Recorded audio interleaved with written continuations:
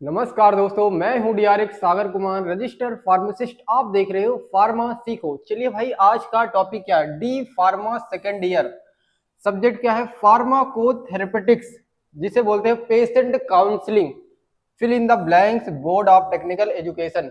चलिए भाई, स्टार्ट करते हैं। डी फार्मा सेकेंड ईयर क्या करने हम? D pharma second year top 20 MCQ previous year based on pharmacotherapeutics. चलो पहले 3 नंबर हम रेडी कर लेते हैं। फार्माकोथेरेपेटिक्स की डिफिनीशन आती है।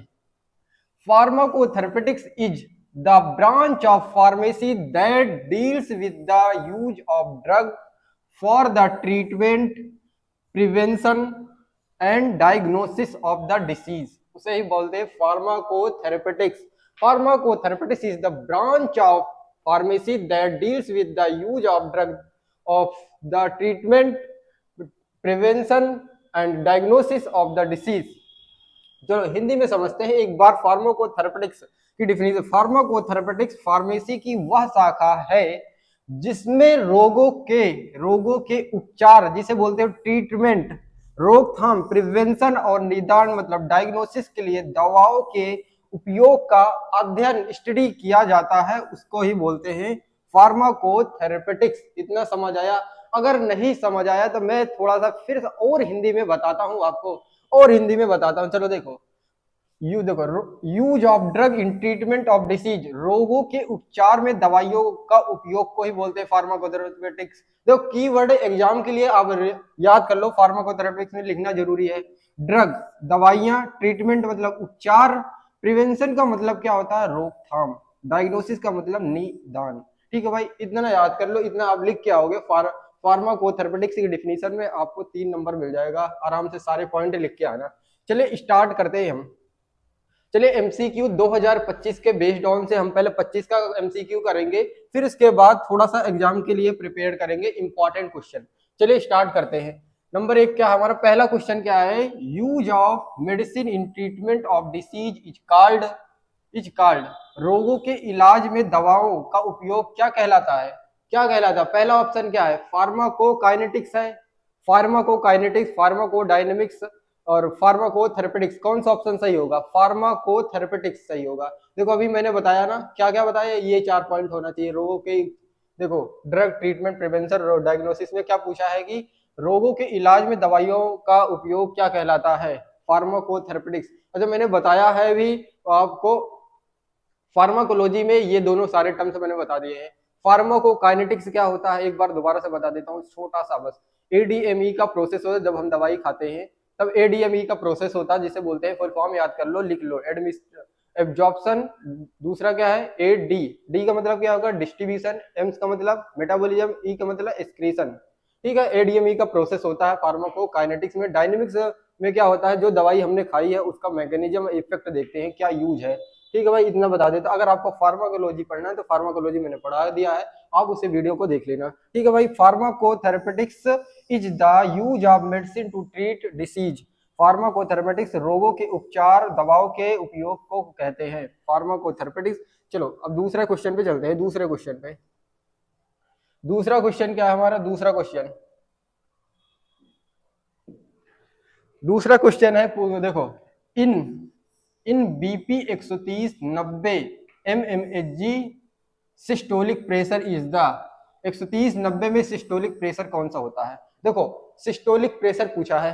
देखो ऐसे बीपी जब भी लिखते हैं, जैसे 130 मैंने लिख दिया, 130/90, जैसे ये देखो, बट ऐसे लिखा जाता है 130/90। आपने कभी ये देखा है बीपी, क्या कहते हैं, ये डिजिटल वाला बीपी देखा है? डिजिटल वाला बीपी आपने देखा है? ब्लड प्रेशर जिसे बोलते हैं सिग्मोमैनोमीटर या स्पिगनोमैनोमीटर बोलते हैं। देखो आपने लिखा होगा यहाँ पे सिस्टोलिक, यहाँ पे लिखा होगा डायस्टोलिक। जैसे 130 आया सिस्टोलिक और 90 आया हमारा डायस्टोलिक। हमसे क्या पूछ रहा है? सिस्टोलिक प्रेशर कौन सा है? Systolic in the 130/90 mmHg systolic pressure कौन सा वाला है? कौन सा प्रेशर है भाई? सिस्टोलिक ऊपर वाला ही बोलते हैं। सिस्टोलिक ऑप्शन में है क्या? ये पहला ऑप्शन सिस्टोलिक होता है। जो ऊपर होता है सिस्टोलिक होता है, नीचे क्या होता है? डायस्टोलिक होता है। ठीक है, बीपी ब्लड प्रेशर जब मेजर करते हैं तो आपने देखा होगा। Systolic pressure is the upper volume 130 mmHg is the blood reading. ठीक है, ब्लड प्रेशर रीडिंग ही से बोलते हैं। ठीक है, सही है, समझ आया दूसरा क्वेश्चन। चलिए तीसरे क्वेश्चन पे चले गया। हमारा तीसरा क्वेश्चन क्या है कि विच is the not used in angina. Angina में कौन सी दवा का उपयोग नहीं किया जाता। एंजाइना में कौन सी दवाई का उपयोग नहीं किया जाता, बताओ। देखो नाइट्रस, ये भी होता है, बीटा ब्लॉकर होता है, कैल्शियम चैनल ब्लॉकर यूज करते हैं, बट डिजिटेलिस नहीं यूज करते। डिजिटेलिस नहीं यूज करते। Digitalis is use to heart failure, not a angina treatment. Digitalis किसमें यूज कर, हार्ट फेलियर में करते हैं, बट एंजाइना में नहीं करते हैं। ठीक है भाई, इतना आपको समझ आ रहा है। अच्छा समझ आ रहा है नहीं, फार्माकोथेरेपेटिक्स आपके ये 2025 में क्वेश्चन आए थे, ऐसे ही बेस पे आएगा आपका 2026 का भी पेपर आपका। ठीक है भाई, चलो करते हैं आराम से, टाइम कम है, पेपर भी आपका है, जल्दी जल्दी करते हैं, बस हो गया। फिर इसके बाद आपको शॉर्ट वीडियो देते हैं, 2-3 नंबर वाले क्वेश्चन, 5 नंबर वाले क्वेश्चन, ये सारी चीज के। ठीक है भाई, चलो इसे आप भी कर लो जल्दी जल्दी। चौथा हमारा क्वेश्चन क्या, asthma is the cause due to the. Asthma में, अस्थमा किसके कारण होता है, चलो बताओ अस्थमा किसके कारण होता है, जल्दी बता दो। अस्थमा किसके कारण होता है, म्यूक, 4 ऑप्शन दिए, जल्दी बताओ। पहला ऑप्शन क्या है, चलो हमारा देखो, अस्थमा किसके कारण होता है, नेजल इन्फ्लामेशन, नहीं भाई। ट्विस्टिंग ट्रैकिया नहीं होती है। डैमेज ऑफ एल्वेलाई, एल्वेलाई क्या होता है बता दो थोड़ा सा, एल्वेलाई क्या होते हैं। आप जब लंग्स देखता है, लंग्स में एक से छोटे छोटे छोटे छोटे ऐसे जैसे अंगूर के गुच्छे जैसे नहीं होते, उसे ही बोलते हैं एल्वोलाई। ठीक है भाई, एल्वोलाई होता है लंग्स में। आपने जब पढ़ा होगा लंग्स का फंक्शन पढ़ा होगा, स्ट्रक्चर पढ़ा होगा तो। ठीक है, चलो देखो कौन सा होगा, म्यूकस इन लंग्स। इन फेफड़ों में जब म्यूकस जम जाता है, उसे जब सांस लेने में दिक्कत हो जाती है, ब्रोंकिया में, ब्रोंकिया में क्या हो जाता है कि इन्फ्लामेशन हो जाता है, उसे बोलते हैं अस्थमा। अस्थमा क्या होता है, म्यूकस लंग्स में, फेफड़ों में म्यूकस जम जाता है। म्यूकस क्या बोलते हैं कि बलगम, बलगम टाइप का होता है जो म्यूकस होता है। ठीक है भाई, asthma involve airway, airway inflammation and excessive mucus causing breathing difficulty. Asthma में वायु मार्ग की सूजन, वायु मार्ग में सूजन और अधिक म्यूकस के कारण सांस लेने में कठिनाइयों को ही बोलते हैं अस्थमा। ठीक है भाई, asthma cause by due to the mucus in lung, mucus में क्या हो जाता है, फेफड़ों में म्यूकस जम जाता है, उसे ही बोलते हैं। ठीक है भाई, चलो हमारा पांचवा क्वेश्चन क्या है, पांचवा question, initial hypertension is the. Initial hypertension किसे बोलते हैं, शुरुआत के, इनिशियल मतलब शुरुआत, शुरुआत के जैसे बोलते हैं शुरुआत, प्राइमरी हाइपरटेंशन को ही बोलते हैं इनिशियल हाइपरटेंशन। हाइपरटेंशन क्या होता है, बीपी बढ़ा हुआ होता है। ठीक है भाई, हाइपरटेंशन, हाइपो आ गया तो हाइपो, हाइपर का मतलब ज्यादा, हाई पर। ठीक है भाई, हाइपर मतलब ज्यादा, हाइपो का मतलब कम। ये दोनों वर्ड याद कर लो ताकि आपको दिक्कत नहीं, हाइपो हाइपर में कंफ्यूजन नहीं होता है। ठीक है भाई, hyperglycaemia, hyper hyperglycaemia, hypoglycaemia अलग होता है, जैसे डायबिटीज के लिए यूज होता है। तो चलो देखो यहाँ पे इनिशियल हाइपरटेंशन की जो शुरुआती क्या बोलते हैं, प्राइमरी, प्राइमरी हाइपरटेंशन, प्राथमिक, उसे ही बोलते हैं initial hypertension. Initial hypertension is the high blood pressure with no identifiable cause by primary. ठीक है भाई, हाइपरटेंशन ऐसो से, इनिशियल हाइपरटेंशन वह उच्च रक्तचाप है जिसका कोई स्पष्ट कारण नहीं होता है प्राथमिक ब्रेकड में। ठीक है भाई, चलो छठे क्वेश्चन पे चलते हैं। हमारा छठा क्वेश्चन क्या है, beta blockers are caused in. Beta blocker क्या काम करता है भाई, बीटा ब्लॉकर का काम क्या होता है, बीटा ब्लॉकर का काम इनरेगुलर हार्ट बीट। यस भाई, irregular heart beat, heart failure में भी यूज होता है बीटा ब्लॉकर। बीटा ब्लॉकर कहाँ किस चीज की दवाई होती है, जैसे आपने देखा बीटा हाइपरटेंशन की कैटेगरी में आती है, हाइपरटेंशन की कैटेगरी में, ठीक, एंटी हाइपरटेंशन की। चलो एंजाइना भी होगा और सारे होंगे, ऑप्शन सही है ऑल। कौन सा ऑप्शन, सभी है भाई, सभी beta blocker. Beta blocker are the use by the arrhythmic, arrhythmic मतलब अनियमित धड़कन में यूज होता है। हार्ट फेलियर मतलब क्या होता है, हृदय का विफलता, और एंजाइना, एंजाइना की में किया जाता है। ठीक है भाई, एंजाइना में किया जाता है। छठा क्वेश्चन हमारा ये हो गया। ठीक है, बीटा ब्लॉकर क्या होता है, ये चारों ऑप्शन में चौथा ऑप्शन सही है। सातवां क्वेश्चन क्या है हमारा, सातवां क्वेश्चन, GERD, GERD का फुल फॉर्म मैंने लिख दिया, gastro oesophageal reflex disease treatment. GERD treatment reduce acid drug class. GERD में एसिड कम करने की दवा किस वर्ग में आती है भाई, एसिड कम करने वाली कौन सी दवा कम वर्ग की आती है, बताओ जल्दी से। PPS में, PPS ना भाई, PPS में नहीं होती।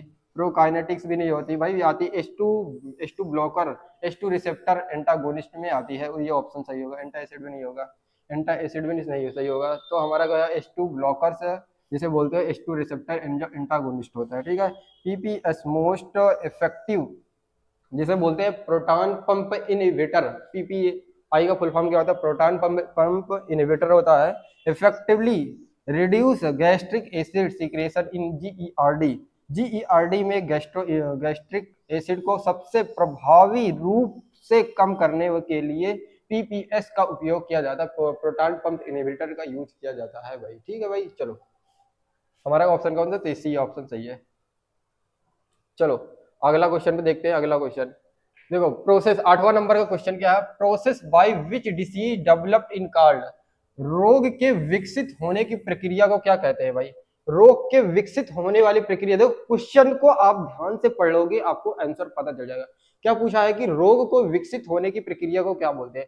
जब कैसे विकसित होगा? अगर किसी व्यक्ति को डिसीज होता है, कैसे होगा भाई? कैसे होगा? जब तक किसी पैथोजन आएगा, पैथोजेनेसिस नहीं होगा, तब तक जब तक इम्यून सिस्टम पे पैथोजन अटैक नहीं करेगा, तब तक किसी व्यक्ति को डिसीज नहीं होगा। इसमें देखो ऑप्शन में पैथोजन है, पैथोजेनिस है, तो ऑप्शन आपका सही हो जाएगा। कौन सा है? पैथोजेनिस है, पैथोजेनिस सही ऑप्शन है। Pathogenesis is the process by the which is the disease are developed in the body, body में जो डिसीज डेवलप्ड होती है उसे पैथोजेनिस के प्रोसेस से होती है भाई। किसी व्यक्ति को अगर डिसीज होती है तो पैथोजन आएगा, अटैक करेगा, तभी तो होगा भाई। चलो ऐसे क्वेश्चन पढ़ोगे, ऐसे आंसर याद हो जाएंगे आपको क्वेश्चन से ही। ठीक है भाई, चलो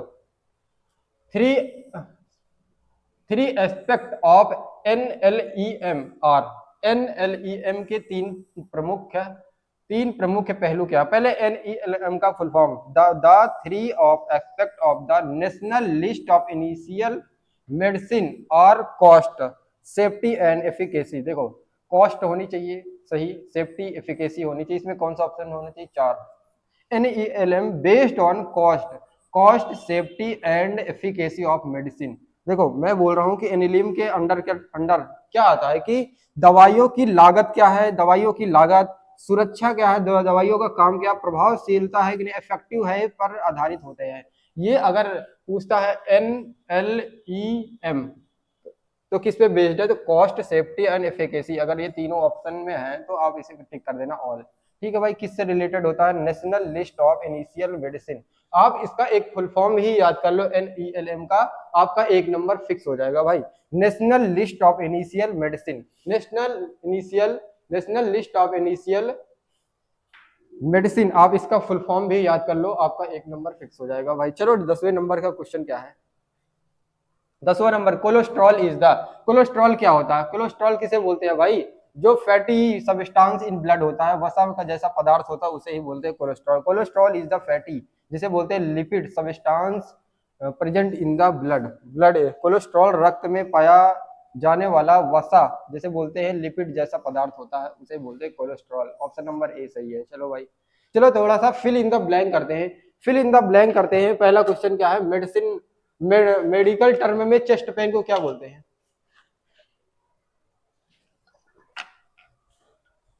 भाई मेडिकल टर्म में चेस्ट पेन को क्या बोलते हैं? एंजाइना बोलते हैं। एंजाइना मैंने बता रखा है फार्माकोलॉजी में कितनी बार। तो medical term of chest pain, अगर आपको भी मेडिकल टर्म जानना है, नहीं पता है, तो आप मेरे वीडियो को वो वाले देखो जो टॉप 100 मैंने पार्ट 2 वाला जरूर देखना, पार्ट 2 वाला, उसमें सारे मेडिकल टर्म है आपके। जैसे आपको कॉपी में लिखने में दिक्कत होती है, जैसे जब तक आपको टर्म नहीं पता होगा मेरा भाई, तब तक आप कॉपी में नहीं लिख पाओगे। अगर टर्म से दिक्कत है तो आप वो वाली वीडियो देख लो, ताकि आपको लिखने के लिए आसान हो जाएगा कॉपी में। क्योंकि जब तक टर्म मेडिकल जब मेडिकल में क्या होता है कि मेडिकल टर्म आते रहते हैं, तो आप कॉपी को आसानी से लिख सकते हो, बहुत आसानी से आप लिख सकते हो टर्म जब पता है तो। चलो ठीक है, medical term of chest pain को क्या बोलते हैं? एंजाइना बोलते हैं। 12वां क्वेश्चन क्या है? इंसुलिन इज सीक्रेट भाई, इंसुलिन कहाँ से सीक्रेट होता है भाई? पैनक्रियास से होता है, जिसे बोलते हैं अग्नाशय से। ठीक है भाई, ये बहुत आसान क्वेश्चन है। नंबर 13 का, device of the measure of BP, BP के डिवाइस को मेजर करते हैं। जैसे एक ये आ जाएगा भाई, 1 नंबर में आ जाएगा, बहुत आसान क्वेश्चन है। स्फेग्मोमेनोमीटर जैसे बोलते हैं, जिसको सिग्मोमेनोमीटर बोलते हैं। ठीक है भाई, अगर आता है तो आप इसे कर लेना। 14 नंबर का क्वेश्चन क्या है? देखो मैंने ये आया भी है 2025 में। NLEM stand for the, NL का फुल फॉर्म क्या होता है? National list of initial medicine, national list of initial medicine needed for the basic health care आवश्यक दवाइयों की सूची में जो प्राथमिक स्वास्थ्य सेवा के लिए जरूरी होता है। जो जैसे आपने पढ़ा है कि फार्माकोथेरेपी में क्या होता है, पेशेंट की काउंसलिंग करते हैं, ये चीजें क्या बेसिक हेल्थ केयर के आ जाता है। कौन कौन से आता है, कॉस्ट आ जाता है आपका, कॉस्ट आ जाता है, सेफ्टी, देखो ये वाला मैंने बता रखा है, कॉस्ट आ जाता है, सेफ्टी आ जाता है, एफिकेसी आ जाता है, उसे ही बोलते हैं क्या, NANLEM। ठीक है भाई, चलो 15 नंबर का क्वेश्चन क्या है, immunological related to asthma. Asthma IgE क्या होता है, IgE associated with the allergy. जब किसी व्यक्ति को ज्यादा एलर्जी हो जाती है, एलर्जी हो जाती है, कौन सा टेस्ट कराते हैं, IgE allergic reaction like asthma. IgE allergy प्रतिक्रियाओं के जैसे अस्थमा से संबंधित होता है। ठीक है भाई, चलो अब हम थोड़ा सा करते हैं ट्रू और फॉल्स, ट्रू और फॉल्स करते हैं, ट्रू और फॉल्स करेंगे। Low oxygen condition is called the apnoea. Apnoea गलत भाई, एपेनिया क्या होता है, देखो एपोनिया, एपेनिया मीन्स में temporary initiation of the breathing not a low oxygen which is hypoxia. Apnoea का मतलब होता है सांस का रुकना होता है। जैसे आप किसी व्यक्ति को एपेनिया होता है, जैसे घरघराहट की आवाज आती है जब वो सोता है, कि ज्यादा सांस लेने को उसे, उसके लंग्स को प्रेशर चाहिए कि आवाज, मतलब तेजी से ऑक्सीजन खींचना। ठीक है भाई, उसे जैसे क्या होता है, सांस का रुकना होता है। जबकि जबकि कम ऑक्सीजन को, अगर किसी व्यक्ति को कम ऑक्सीजन है तो आ रहा है, तो उसे क्या बोलते हैं, हाइपोक्सिया, हाइपोक्सिया कहते हैं। ठीक है भाई, तो ये क्या है, हमने क्या बताया, गलत, ये गलत है भाई। हाइपरग्लाइसीमिया, हाइपरग्लाइसीमिया किसे बोलते हैं, हाइपरग्लाइसीमिया को क्या बोलते हैं, हाई ब्लड शुगर। देखो हाई ब्लड शुगर तो क्या है, ट्रू, सही है। Hyperglycaemia means the increase level of glucose in blood. ठीक है भाई, चलो ग्लूकोज का बढ़ा हुआ स्तर, उसे बोलते हैं हाइपरग्लाइसीमिया। चलो H D L good cholesterol, भाई सही है। देखो हमारे क्या होता है, जैसे ये है, देखो एच डी एल क्या फुल फॉर्म क्या होता है, कि high density lipo high high high density lipoprotein. High density lipoprotein क्या करता है कि ब्लड ग्लूकोज लेवल को, ब्लड जैसे कि कोलेस्ट्रॉल होता है, कोलेस्ट्रॉल यहाँ पे जमा हुआ है, वो क्या करता है, एचडीएल क्या करता है, जिसके बॉडी में जैसे कहते हैं कि कोलेस्ट्रॉल ज्यादा हो गया, कोलेस्ट्रॉल, तो एचडीएल क्या काम का होता है कि रिमूव कर देता है, हाई डेंसिटी लिपोप्रोटीन जो होता है वो रिमूव कर देता है। जैसे यहाँ पे कोलेस्ट्रॉल ज्यादा जम गया है, तो ये एचडीएल क्या करेगा, इसे रिमूव कर देगा। जिसका किसी व्यक्ति का लो आएगा, लो एचडीएल क्या होता है, लो एचडीएल, जैसे लो डेंसिटी लिपोप्रोटीन अगर कम है, कम जिसका है उसको दिक्कत है। अगर जिसका एचडीएल सही है, उसको उसके बॉडी में कोलेस्ट्रॉल नहीं जम पाएगा, क्योंकि ये कोलेस्ट्रॉल को रिमूव कर देता है। तो ये ट्रू है। ठीक है भाई, सिमेट्राडीन इज द H2 एंटाहिस्टामिन, ट्रू भाई, ट्रू। सिमेट्राडीन क्या होता है, एंटीहिस्टामिन। सिमेट्राडीन क्या होता है, एंटीहिस्टामिन होता है। ठीक है भाई, एलर्जी कॉस्ट एपिलेप्टिक सीजर्स, गलत भाई। एलर्जी से क्या, एलर्जी का कारण क्या, एपिलेप्टिक है, जो सीजर आते हैं, जो मिर्गी के दौरे आते हैं, ये है सही, नहीं भाई गलत है। चलो देखो मैं थोड़ा हिंदी में बता, एचडीएल क्या करता है, HDL remove excessive cholesterol from the blood vessel. Blood vessel से क्या करता है, ब्लड वेसल से रिमूव कर देता है एचडीएल रक्त की वाहिका, रक्त कोलेस्ट्रॉल को हटा देता है वाहिकाओं को। दूसरा क्या, सिमेटाडीन ब्लॉकर, H2 ब्लॉकर होती है, जो रिसेप्टर को रिड्यूस करके गैस्ट्रिक एसिड को सिक्रीट कर देती है। ठीक है भाई, गैस्ट्रिक एसिड को कम कर देती है। तीसरा, एलर्जी का कॉज इम्यून रिएक्शन होता है, नॉट एपिलेप्टिक। एलर्जिक इम्यून प्रतिक्रिया उत्पन्न करती है, मिर्गी के दौरे नहीं करती है। ठीक है भाई, चलो भाई, हमने क्या कर लिया, हमने 2025 के एमसीक्यू और one liner fill in the blanks हमने सारे सॉल्व कर लिए हैं। अब हम करने वाले हैं न्यू क्वेश्चन इंपॉर्टेंट, जो आपके पेपर से रिलेटेड है। अगर आपको किसी व्यक्ति को डी फार्मा करने के बाद अगर मेडिकल स्टोर चलाना है या मेडिकल स्टोर पे जॉब करना है, तो वो इस वीडियो में आप जाना, इस प्लेलिस्ट बनी हुई है, सारी न्यू मेडिकल स्टोर खोलने वाली सीरीज आप देखना, आपको ए टू जेड मेडिकल स्टोर से रिलेटेड आपको मिल जाएगी। सारी दवाइयां, जैसे brand name, use, side effect, ये सारी चीजें होती हैं, कितनी कौन सी मेडिसिन रनिंग है, कौन सी है, ये सारी चीजें आपको मिल जाएंगी। आप पेपर दे के आओ, आराम से इसे देखना। ठीक है भाई, ताकि आप एक नॉलेज और एक ट्रेनिंग जब करना, इसके बाद जब आपकी ट्रेनिंग होगी, आप ट्रेनिंग के टाइम पे आप इस वीडियो को आराम से देखना, सारी चीजें। जैसे क्या होता है कि एसिलॉग क्या होता है, एंटासिड, जैसे वो कैटेगरी में आता है, तो किस काम में आती है, गैस की दवाई है, साइड इफेक्ट क्या है, यूज क्या है, ये सारी चीजें आपको मिल जाएगा। ठीक है, इसी वीडियो में, इसी चैनल पे आपको मिल जाएगा। ठीक है भाई, आप आराम से भी पेपर दो, पास हो, कोई दिक्कत नहीं, सारे सब्जेक्ट पे कमांड रखो, आराम से पास हो जाओगे, टेंशन मत लो। चलो अब हम करते हैं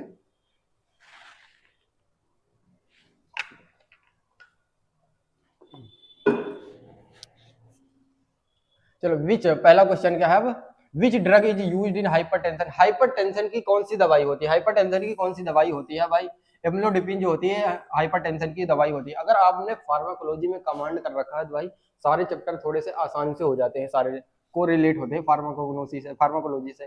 ठीक है, विच हाइपरटेंशन, बीपी की कौन सी दवाई होती है, इसमें कौन सी, ये तो पैरासिटामॉल बुखार की हो गई, इंसुलिन क्या होता है, ये डायबिटीज के लिए डाइजापाम सेडेटिव है, तो कौन सा हो जाए, एम्लोडिपिन सही हो जाएगा। Amlodipine is the calcium channel blocker, आप इसे याद कर लो, कैल्शियम चैनल ब्लॉकर होते हैं, यूज टू हाइपरटेंशन के लिए होता है।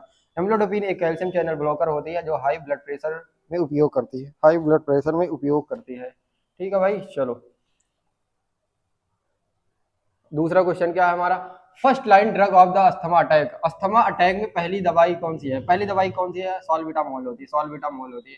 सॉल्विटामोल क्या करता है, ब्रोंकियो को डायलेट कर देता है। ठीक है भाई, ब्रोंकियो को डायलेट, एस्पिरिन क्या है, एनएसआईडी का रेडी, मेटफॉर्मिन डायबिटीज की होते हैं, एंटी डायबिटीज के होते हैं, ओमेप्रेस एंटासिड होती है। First line drug of the asthma attack is the salbutamol, bronchodilator होता है जो अस्थमा के अटैक में पहली दवा क्या कहते हैं, सॉल्विटामोल जो ब्रोंको डायलेटर होता है। ठीक है, पहला ऑप्शन नंबर ए सही है।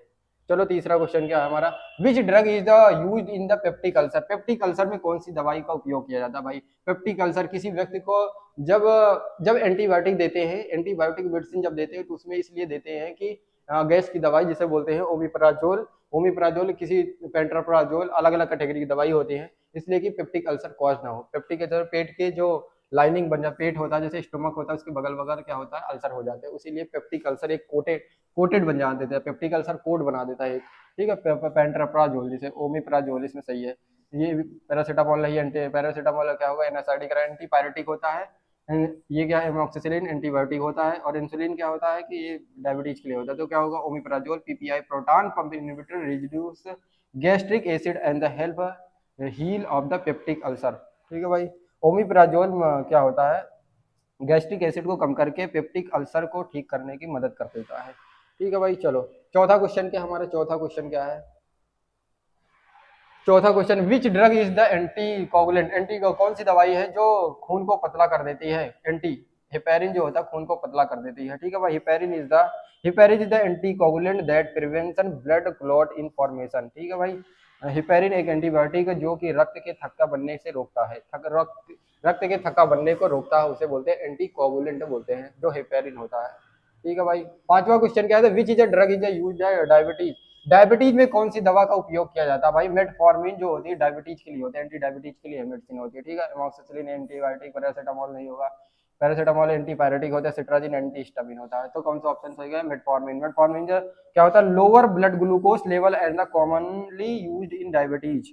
मेटफॉर्मिन ग्लूकोज के स्तर को कम कर देता है और डायबिटीज का उपयोग कर देता है, कौन सा ऑप्शन होगा, मेटफॉर्मिन। चलो छठा क्वेश्चन करते हैं भाई, जल्दी जल्दी कर लेते हैं ताकि आपका पेपर है जल्दी जल्दी सही रहेगा। ठीक है भाई, टाइम नहीं होगा, बच जाएगा आपका। विच drug is the antihistamine. Antihistamine क्या, कौन सी दवाई एंटीहिस्टामिन होता है, जो सिट्राजिन होती है, कुछ जिसे बोलते हैं एलर्जी की दवाई, उसे बोलते हैं एंटीहिस्टामिन कैटेगरी।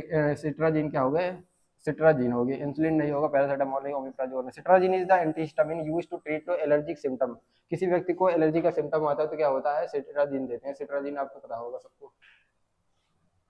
छठा नंबर का क्वेश्चन, सातवां नंबर का क्वेश्चन क्या है, which drug is used in epilepsy. मिर्गी में कौन सी दवाई का उपयोग करता है, फेनोटोइन जो होता है मिर्गी के यूज होता है भाई, ये सब नहीं होता है, ये सब नहीं होता। Phenytoin is the anti convulsant use to control epileptic seizure. Phenytoin एक एंटी कन्वर्जेंट दवा है जो मिर्गी के दौरे को नियंत्रित कर देता है, कौन सा ऑप्शन होगा, फेनोटोइन। आप क्लासिफिकेशन जरूर पढ़ के जाना, सारी क्लासिफिकेशन जरूर पढ़ के जाना भाई। अगर किसी चीज में आपको दिक्कत है किसी सब्जेक्ट में तो आप बताना, कमेंट करना, मैं बता दूंगा आपको सारे सब्जेक्ट में कैसे करना है। Which drug is the diuretic. कौन सी दवा मूत्रवर्धक है, डायरेटिक कौन सी दवाई होता है, फ्रूसामाइड होता है। फ्रूसामाइड क्या होता है, furosemide diuretic that increase the urine output, remove excessive. Diuretic का मतलब क्या होता है, जो यूरिन के प्रोडक्शन को बढ़ा देता है उसे बोलते हैं डायरेटिक। जो पेशाब को ज्यादा बढ़ा कर दिया जाए तो उसे बोलते हैं, स्तर को बढ़ा दिया जाए उसे बोलते हैं डायरेटिक। डायरेटिक की मेडिसिन का नाम क्या है, फ्रूसामाइड, इसे याद कर लो आप, पहला ऑप्शन। ठीक है भाई, चलो देखो ये मैंने लिख दिया है, अतिरिक्त तरल निकलने वाली मूत्र की मात्रा को बढ़ा देता है। ठीक है, फ्रूसामाइड। 9 नंबर का question, which drug is used to tuberculosis. Tuberculosis क्या होता है, टीबी जिसे बोलते हैं, और किससे होता है, मायोबैक्टीरियम के कारण से होता है, मायोबैक्टीरियम के कारण से होता है, इसे याद कर लो आप, मायोबैक्टीरियम से होता है ट्यूबरकुलोसिस। ट्यूबरकुलोसिस की कौन सी दवाई होती है, रिफेम्पिसिन, आयोसियानाइड, आइसोनियाजाइड, इथम्ब्यूटाल, ये सारी दवाई होती है। रिफेम्पिसिन, रिफेम्पिसिन याद कर लो। Rifampicin is the antibiotic used in the treatment of tuberculosis बोलते हैं, ठीक है भाई, टीबी के इलाज के उपयोग के किया जाता है, एंटीबायोटिक होता है। नंबर 10वां का क्वेश्चन क्या है, which drug is the use the depression. Depression में कौन सी दवाई का उपयोग होता है, डिप्रेशन के में कौन सी दवाई के ऊपर यूज होता है, फ्लोओक्साटिन, फ्लोओक्साटिन होता है, फ्लोओक्साटिन होता है। Fluoxetine is the anti depressant, SSRI use to treat to depression. क्या होता है, एक SSR जो डिप्रेशन के इलाज में किया जाता है, जैसे ये belong to the selective, SSR का फुल फॉर्म क्या होता है कि सेलेक्टिव सेरोटोनिन रीअपटेक इनहिबिटर की क्लास की दवाई होती है फ्लोओक्साटिन, ठीक है भाई। चलो नंबर 10वां का क्वेश्चन क्या है, नंबर 10वां question, which drug is the bronchodilator. Bronchodilator कौन सा होती है, कौन सी दवाई है अगर हम ब्रोंकोडायलेटर होता है, भाई पेशेंट काउंसलिंग कर रहे हो तो क्या होगा, सॉल्वेटामोल देखो, salbutamol, salbutamol is the bronchodilator that the relax airway muscular easy to breathing. तो ब्रोंकोडायलेटर जो वायु मार्ग के मांसपेशियों को रिलैक्स करके सांस में मदद करता है, ठीक है भाई, उसे बोलते हैं। चलो कौन सा ऑप्शन सही होगा, नंबर ए। नंबर 12वां का क्वेश्चन क्या है, 12वां नंबर क्या, कौन सी दवा एंटी फंगल है, विच is the drug is the anti fungal. Anti fungal की कौन से, फ्लूकोनाजोल आती है, जो मार्केट में आती है, जो कौन के नाम से आती है, जो कौन के 150, 200, 150 आपको पता होगा। Fluconazole is the anti fungal, जो फंगल हो जाता है, फंगल जो कहते हैं आप दांत खात फीले, वो वाले एंटी फंगल, इसके ट्रीटमेंट के लिए किया जाता है fluconazole. Anti fungal use to the treatment of fungal infection. Fluconazole एक एंटी फंगल दवा है जो फंगल संक्रमण के इलाज के लिए उपयोग किया जाता है। कौन सा ऑप्शन होगा, फ्लूकोनाजोल ऑप्शन सही हो जाएगा। नंबर 13 का, विच is the drug the anti emetic. जो एंटी एमेटिक कौन सी दवाई हो, जो कौन सी दवाई होती है जो उल्टी को रोकने के लिए कौन सी दवाई होती है, भाई ओंडास्टान जो होती है उल्टी को रोकने की दवाई होता है, ठीक है भाई। Ondansetron is the anti emetic use to prevention nausea and vomiting के लिए हो जाता है। और ओंडास्टान एंटीबायोटिक जो मितली उल्टी जैसे को रोकने के काम में आती है, ओंडास्टान की आती है, ठीक है भाई, ओंडम के नाम से आती है, बोमी कांड के नाम से आती है, ठीक है। 14 नंबर का क्वेश्चन है, which drug is caused by Parkinson disease. Parkinson रोग में कौन सी दवाई का उपयोग किया जाता है, पार्किंसन रोग में लीवोडोपा, लीवोडोपा जो होता है, levodopa use to Parkinson disease increase to dopamine level. Dopamine Parkinson रोग के डोपामाइन का स्तर बढ़ाने के लिए उपयोग किया जाता है, ठीक है भाई। कौन सा ऑप्शन, पहला ऑप्शन ये है। Which drug is use to heart failure. हृदय विफलता में कौन सी दवाई का उपयोग किया जाता है, हृदय विफलता में, तो डाइजॉक्सिन, क्या डाइगोक्सिन, ठीक है भाई, डाइकोऑक्सिन, ठीक है, डाइजॉक्सिन, ठीक है, ये होगा, ये भी नहीं होगा, ये भी नहीं होगा, पैरासिटामोल में लेना। Digoxin is increase the force of the heart condition and the use to heart failure. संकुचन, हृदय की संकुचन शक्ति बढ़ाता है और हृदय की विफलता को उपयोग किया जाता है, डाइगोक्सिन, ठीक है भाई। कौन सा ऑप्शन सही है, पहला ऑप्शन सही है। 16 नंबर का क्वेश्चन क्या, which drug is the corticosteroid. कौन सी दवाई कॉर्टिकोस्टेरॉइड होती है, जैसे prednisolone. Prednisolone is the corticosteroid used to reduce the inflammation and the immune response. Immune corticosteroid सूजन और इम्यून प्रतिरक्षा को कम कर देती है, ठीक है भाई। क्या कौन सी, प्रेडनिसोलोन होती है। प्रेडनिसोलोन का ब्रांड नेम क्या था, ओमे, जैसे ओमना कॉटिल के नाम से आती है, 510 mg की आती है, ठीक है, प्रेडनिसोलोन। नंबर 17 नंबर का क्वेश्चन क्या है, which drug is use to bacterial infection. Bacterial संक्रमण में कौन सी दवाई का उपयोग किया जाता है, एमोक्सिसिलिन का उपयोग किया जाता है। एमोक्सिसिलिन क्या होता है, एंटीबायोटिक होता है। Amoxicillin is the antibiotic use to treat to bacteria infection. Antibiotic, amoxicillin antibiotic जो बैक्टीरिया के संक्रमण के इलाज के लिए किया जाता है, उसे बोलते हैं, उसे क्या बोलते हैं, एमोक्सिसिलिन करते हैं, ठीक है भाई। चलो नंबर 18वां का क्या है, which drug is use to GERD. GERD कौन सी दवा को भी उपयोग किया जाता है, पेंट्रोप्राजोल होता है, गैस्ट्रो, ठीक है भाई। जीईआरडी में कौन सा उपयोग किया जाता है, कौन सी दवा, मैंने जीईआरडी का फुल फॉर्म बता दिया है पहले, आप उसे कमेंट करके बताना भाई, ठीक है भाई। और कौन सा ऑप्शन, पेंट्रोप्राजोल, पहला ऑप्शन सही है। Pantoprazole PPI, proton per meter reduce to stomach acid and the used in the GERD. Proton per meter acid को कम कर देता है, जीईआरडी का उपयोग करता है, ठीक है भाई। चलो कौन सा ऑप्शन, पहला ऑप्शन सही है। 19 नंबर का question, which is the drug is used to pain. कौन सी दर्द में कौन सी दवाई का उपयोग किया जाता है? पैरासीटामोल का उपयोग करता है दर्द के लिए। पैरासीटामोल होता है एनाल्जेसिक। एनाल्जेसिक क्या होता है? दर्द निवारक होता है, use to relief in pain and relief, दर्द और बुखार को कम कर देता है, ठीक है भाई, एनाल्जेसिक। 20वां नंबर का क्वेश्चन क्या है? Which route are given by fastest drug action, सबसे तेज असर किस मार्ग पर होता है? भाई कौन सी, ऐसा कौन सा रूट है जो सबसे तेज काम करता है? इंट्रावेनस, जो डायरेक्ट सिस्टमिक सर्कुलेशन में देता है उसे बोलते हैं, ओरल नहीं होता, इंट्रावेनस होता है। आईवी, आईवी क्या बोलते हैं? इंट्रावेनस होता है, टॉपिकल भी नहीं, inhalation. IV route given the fastest action the drug directly interest to blood stream, जैसे बोलते हैं सिस्टमिक, ठीक है भाई, क्योंकि ये सीधे दवाई रक्त में पहुंचाती है, आईवी। थोड़ा सा फिल इन द ब्लैंक कर लेते हैं, और 10 क्वेश्चन है। इंसुलिन सीक्रेट कहाँ होता है? पेनक्रियास से। तो चेस्ट पेन का ड्यू टू, ये मैंने बता रखा है, एंजाइना में, हृदय में सीने में दर्द होने वाले क्या कहते हैं? एंजाइना बोलते हैं। और क्या बोलते हैं? Drug use to reduce stomach acid, stomach acid, पेट का एसिड कम करने वाली की दवाई को ओमिप्राजोल। ओमिप्राजोल क्या, कौन सी category? PPI, proton pump inhibitor होते हैं जो, ठीक है। High blood pressure is called, high blood pressure को क्या बोलते हैं? हाइपरटेंशन बोलते हैं, ठीक है भाई, हाइपरटेंशन बोलते हैं। Drug use to asthma, asthma में कौन सी दवाई का उपयोग किया जाता है? सॉल्बिटामोल। सॉल्बिटामोल क्या कर देता है? ब्रोंकिया को डायलेट कर देता है भाई, ठीक है। 6वां number, drug is use to diabetes, diabetes में कौन सा, डायबिटीज में उपयोग होने वाली दवाई मेटफॉर्मिन होता है, मेटफॉर्मिन एंटी डायबिटिक होती है। नंबर 7वां, drug use in bacterial infection, bacterial संक्रमण में उपयोग होने वाली दवाई को क्या बोलते हैं? एमोक्सिसिलिन बोलते हैं, ठीक है भाई। Drug use in the tuberculosis, tuberculosis किससे होता है? मायोबैक्टीरियम से होता है, मायोबैक्टीरियम से होता है। और टीबी में उपयोग होने वाली दवाई क्या होता है? रिफेम्पिसिन बोलते हैं जिसे। Drug use to stop vomiting, vomiting को रोकने की दवाई क्या बोलते हैं? ओंडास्टोन बोलते हैं, जैसे बोलते हैं एंटी एमेटिक बोलते हैं। Drug use in the heart failure, digoxin, हृदय की विफलता को उपयोग होने वाली डाइजॉक्सिन बोलते हैं, ठीक है भाई।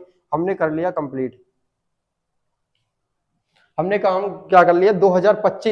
2025 के एमसीक्यू कर लिए, और 20 से 25 हमने 10 तो fill in the blank, 20 MCQ extra कर लिए जो पेपर से रिलेटेड हैं, और मैं बना दूंगा वीडियो, आप आराम से देख लेना, ठीक है भाई। मैंने बहुत जल्दी जल्दी पढ़ा दिया क्योंकि ये माइक डिस्चार्ज होने वाला था, इसलिए मैंने थोड़ा सा जल्दी स्पीड में बढ़ा दिया, ठीक है भाई। थैंक यू, जय हिंद।